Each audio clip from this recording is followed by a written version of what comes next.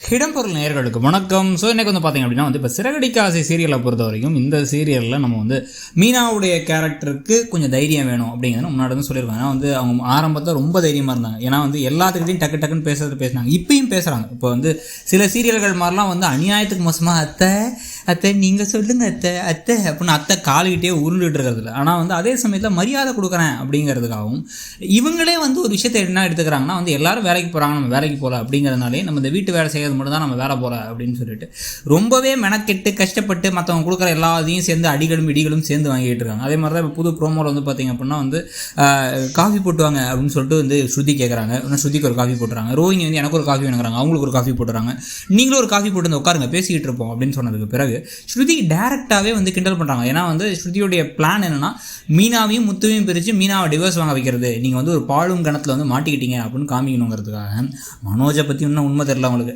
So அதனால் என்ன பண்ணுறாங்கன்னா நம்மளோட வாழ்க்கை செட்டில் நம்ம ஸ்மூத்தான ஒரு கார் மாதிரி நம்மளே கொஞ்சம் லைட்டாக கண்ட்ரோல் பண்ணால் போதும், நம்ம கணவர்கள் சூப்பர், நம்ம 2 பேரும் கிரேட் எஸ்கேப் அப்படின்ட்டு மீனாவை பார்க்குறாங்க.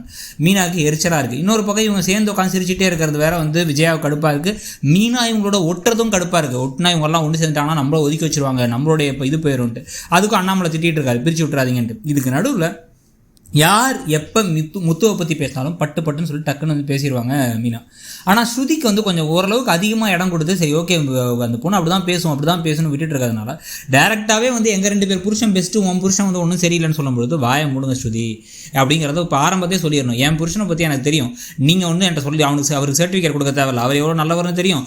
திடீர்னு என்னையும் தன்னை நடுத்தரில் நிற்க வச்சுட்டு எல்லாத்தையும் கவலைப்படாமல் ஓடி போன உன் புருஷனை விட மண்டபத்தில் எங்கள் குடும்பத்தையே அழ வச்சுட்டு அவங்க அப்பாவை மதிக்காமல் ஓடி போயிட்டு கொஞ்சம் கூட பணப்பிசாசாக இருக்கிற மனோஜை விட எவ்வளவோ பரவாயில்ல என் புருஷன் அப்படிங்கிறத சொல்லிடணும்.